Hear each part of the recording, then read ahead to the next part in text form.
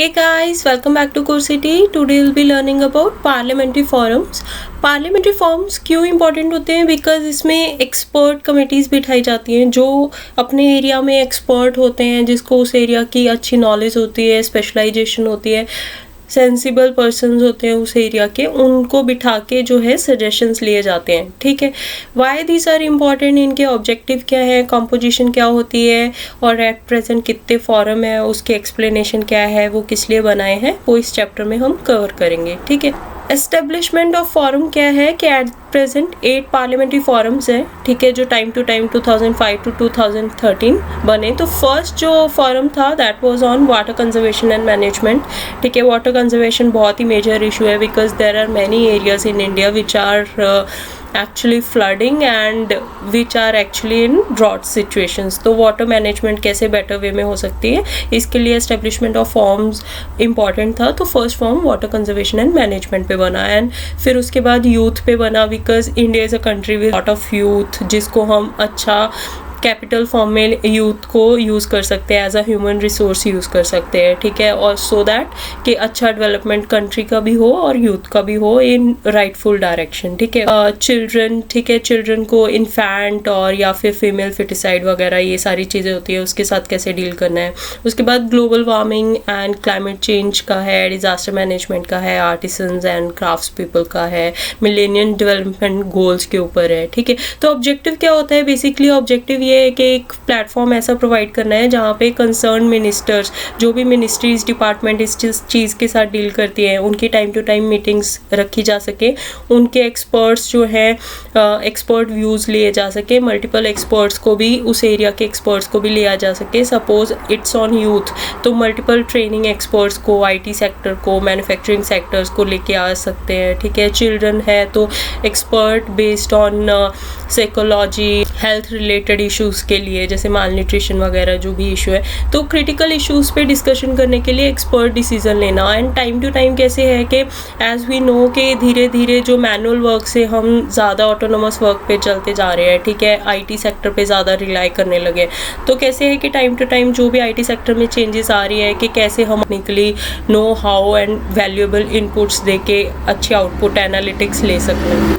To prepare a database through collection of data on critical issues. Critical issues क्योंकि database important होता है, कोई भी स्कीम चलानी है, कोई वेलफेयर स्कीम चलानी है, तो वो डेटाबेस इंपॉर्टेंट होगा जिसके ऊपर हमें ये स्कीम इम्प्लीमेंट करनी है. ठीक है, तो डेटाबेस हर चीज़ के लिए इंपॉर्टेंट है, हेल्थ इश्यूज़ के लिए, यूथ कितना है, किड्स कितने हैं, ठीक है, किसके लिए कौन सी स्कीम चलनी चाहिए. फाइन, तो कॉम्पोजिशन क्या होती है, स्पीकर ऑफ लोकसभा जो होता है एक्स ऑफिशियो प्रेसिडेंट होता है. एक्स ऑफिशियो का मतलब ये होता है कि whosoever will be speaker of Lok Sabha, doesn't matter the person. ठीक है, उसका ऑफिस जो होगा वो होल्ड करेगा सारे फॉर्म को except parliamentary population and public health. ये जो होता है वो चेयरमैन ऑफ राज्यसभा जो है हैंडल करता है, वो एक्स ऑफिशियो प्रेसिडेंट होता है. ठीक है, और स्पीकर ऑफ लोकसभा जो होता है को प्रेसिडेंट होता है टू द राज्यसभा प्रेसिडेंट. ठीक है, और जो डिप्टी चेयरमैन होते हैं लोकसभा के, राज्यसभा के, कंसर्न मिनिस्टर्स होते हैं या डिपार्टमेंट्स होते हैं, वो सारे क्या होते हैं, वाइस प्रेसिडेंट्स होते हैं इन देयर रिस्पेक्टिव फॉरम्स. ठीक है, इसके अलावा क्या होता है, ये सारे प्रेसिडेंट, वाइस प्रेसिडेंट काउंट नहीं होंगे. ठीक है, उसके अलावा जो मेंबर्स होते हैं 31 से ज़्यादा मेंबर नहीं हो सकते पर फॉरम. प्रेसिडेंट, को प्रेसिडेंट, वाइस प्रेसिडेंट जो है वो एक्सक्लूडेड है. ठीक है, 21 मेंबर्स जो होंगे वो लोकसभा से होंगे, मैक्सिमम 21, और 10 जो होंगे वो राज्यसभा से होंगे मैक्सिमम. ठीक है, तो मेंबर्स जो होते हैं वो कौन हो सकते हैं, एक तो एक्सपर्ट हो सकते हैं जिनको नॉमिनेट किया जा सकता है, जिनके पास स्पेशल नॉलेज होती है, स्पीकर, चेयरमैन, और डिफरेंट मिनिस्टर्स हो सकते हैं जिनका उस एरिया के साथ कोई रिलेटेबिलिटी है. ठीक है, उन सबको लिया जा सकता है. होता है फॉरम का. ठीक है, वो टाइम टू टाइम मीटिंग्स भी अपॉइंट कर सकता है और एक मेंबर कन्वीनर भी रख सकता है जो time to time regularity based concerns discuss करने के लिए मीटिंग्स को बुलाता रहे. फॉरम जो था parliamentary forum on water conservation and management. Water conservation का बेसिकली मेजर इशू मैंने बताया कि ऑलरेडी ड्रॉट्स वगैरह बहुत ज़्यादा आ रहे हैं, तो वाटर कंजर्वेशन कैसे हो सकता है in the hilly region, in the drought regions. ठीक है, उसके आइडेंटिफाई करना, इश्यूज़ क्या आते हैं और उन इश्यूज़ को कैसे रिजॉल्व किया जा सकता है, how to use the monsoon water in this areas, या रिवर मैनेजमेंट कैसे कर सकते हैं. तो वो जो भी एरियाज़ होते हैं उसके corresponding seminar, workshop time to time लोगों के लिए भी कंडक्ट करवाना कराना so that they can learn better कि how to conserve the water, ठीक है। तो उसके बेसिस पे ये पार्लियामेंट्री फोरम बना था। फिर parliamentary forum on population and public health वाला जो फोरम है उसका प्रेसिडेंट कौन होता है, चेयरमैन कौन होता है, राज्यसभा का speaker. Parliamentary forum on population and public health, इसका जो प्रेसिडेंट होता है वो चेयरमैन ऑफ राज्यसभा होता है, ठीक है। को प्रेसिडेंट कौन होता है, स्पीकर ऑफ लोकसभा होता है, ठीक है। इसमें क्या होता है कि पॉपुलेशन बढ़ रही है, उसके पॉपुलेशन ग्रोथ को एक लिमिट पे लेके आना, ग्रास रूट लेवल पे सही पॉलिसी स्कीम इम्प्लीमेंट करना सो दैट बेटर हेल्थ हो सके, पब्लिक हेल्थ बेटर हो सके, ठीक है। WHO, United Nations population fund, जो भी डिफरेंट एजेंसीज है, अकेडमीज है, उनके साथ डील करके बेटर डील्स लेके आना सो दैट बेटरमेंट हो सके हमारे ग्रास रूट लेवल की, रूरल इंडिया की, या उस एरिया की जहाँ पे अच्छी मेडिकल एड की ज़रूरत है, ठीक है। तो ये सारी चीज़ें डील करती है ये parliamentary form on population and public health, ठीक है। उसके बाद है हमारे पास पार्लियामेंट्री फॉर्म ऑन चिल्ड्रन। हमेशा हम बोलते हैं कि जो आज के बच्चे हैं वो कल का भविष्य है, ठीक है। तो इसके बेसिस पे ही कैसे है कि अगर हम किड्स पे ध्यान देंगे देन वो बड़े होके कंट्री की ग्रोथ के लिए अच्छा होगा, ठीक है। तो इसको व्यू में रखते हुए कैसे है कि उनका वेलबींग होना बहुत ज़रूरी है। बहुत सारा हमारे माल न्यूट्रिशन का प्रॉब्लम इंडिया में बहुत चल रहा था, टाइम टू टाइम स्कीम्स भी चली, ठीक है। और बहुत सारी चीज़ें ऐसे इन्फेक्शन जैसे ओपन डेफिकेशन वगैरह की वजह से बहुत सारी प्रॉब्लम आ रही थी लेडीज़ को, ठीक है। कैंसर की प्रॉब्लम आ रही, तो कैसे है कि अगर एक मदर को कोई प्रॉब्लम होती है तो वह हेरिडेटरी चिल्ड्रन तक भी जाती है, और माल न्यूट्रिशन की प्रॉब्लम इसी वजह से ज़्यादा बढ़ रही थी कि मदर की डाइट अच्छी नहीं हो पा रही थी at the time of pregnancy, ठीक है। तो वो सारी चीज़ों को उन स्ट्रक्चर्ड मैनर में वर्कशॉप कंडक्ट करना, मदर्स के लिए उनको ग्रांट्स देना and everything, for that parliamentary form on children important था, ठीक है। फीमेल फिटिसाइड वगैरह बहुत चल रहा है, इन्फेंट्स को अंडर 5 years एज क्या है बहुत सारी डेथ हो जाती है, या ब्लीडिंग की वजह से मदर और किड्स दोनों की डेथ हो जाती है। तो उन सारी चीज़ों से डील करना जो है वो इस फॉरम का काम है, ठीक है। Parliamentarians to interact with all the international organisation, जैसे यूनिसेफ है, ठीक है। उसका हेड ऑफिस कहाँ है, न्यूयॉर्क में है, ठीक है। तो यूनिसेफ जो है वो चिल्ड्रन एंड मदर केयर पे एनालिसिस करता है, एक्सपर्ट रिपोर्ट के ऊपर वर्क करना, डेटा कलेक्ट करके उस पर वर्कआउट करना कि कैसे इस हेल्थ को इम्प्रूव किया जा सकता है फॉर द किड्स, एंड उनकी बेटर एजुकेशन कैसे हो सकती है, जैसे education for all, time to time हमारा डायरेक्टिव प्रिंसिपल्स और फंडामेंटल राइट्स भी अमेंडमेंट्स के थ्रू चेंज होते गए हैं so that they can be better developments of our future, ठीक है, किड्स फ्यूचर। उसके बाद है हमारे पास पार्लियामेंट्री फॉर्म ऑन यूथ। ये क्यों इंपॉर्टेंट है, बिकॉज जो हमारा बेसिक ह्यूमन रिसोर्स है दैट इज़ यूथ अगर आज अच्छे से वर्क करेगा तो उससे ही हमारा जो GDP इंक्रीज होगा, उससे ही हमारा जो कंट्री है वो डेवलप होगा। इन फ्यूचर लोगों को और एम्प्लॉयमेंट मिल सकेगी अगर आज का यूथ जो है वो बेटर ह्यूमन कैपिटल लेके आ सकता है, ठीक है। तो ज़्यादा फोकस्ड डेडिकेशन यूथ पे इम्पॉर्टेंट है, अनएम्प्लॉयमेंट को डिक्रीज करना, पॉवर्टी लाइन से अपलिफ्ट करना लोगों को, ठीक है। ग्रास रूट लेवल पे जाके जो भी लोगों के एस्पिरेशंस है उनको वो फॉलो कर पाए, उनकी ट्रेनिंग के लिए जो भी रिक्वायरमेंट है वो इक्विपमेंट उनको मिल पाए। तो इस सब के लिए जो एक्सपर्ट्स नेशनल इंटरनेशनल लेवल पे जो भी अकेडमीज़ हैं उनसे सारे डेटा लेके कंसर्न जो भी मैटर्स है, पब्लिक पॉलिसीज़ जो भी इम्प्लीमेंट करनी है वो सारी ये फॉर्म डील करता है, ठीक है।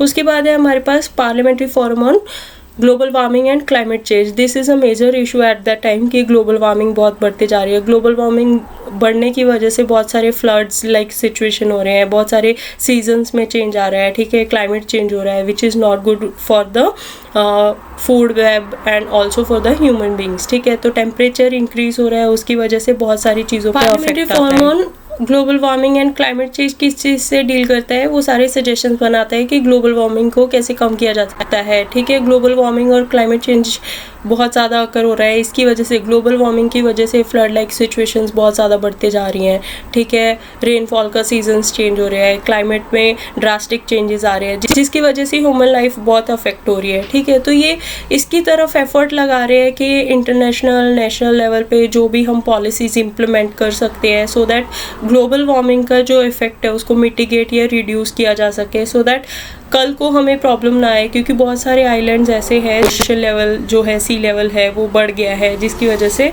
आइलैंड्स डूब रहे हैं, ठीक है। तो life on the islands is getting worse. तो ये सारी इश्यूज़ को हैंडल करने के लिए, लोगों का साथ लेने के लिए, ठीक है, सेमिनार्स वर्कशॉप भी कंडक्ट किए जाते हैं बाय दिस फोरम।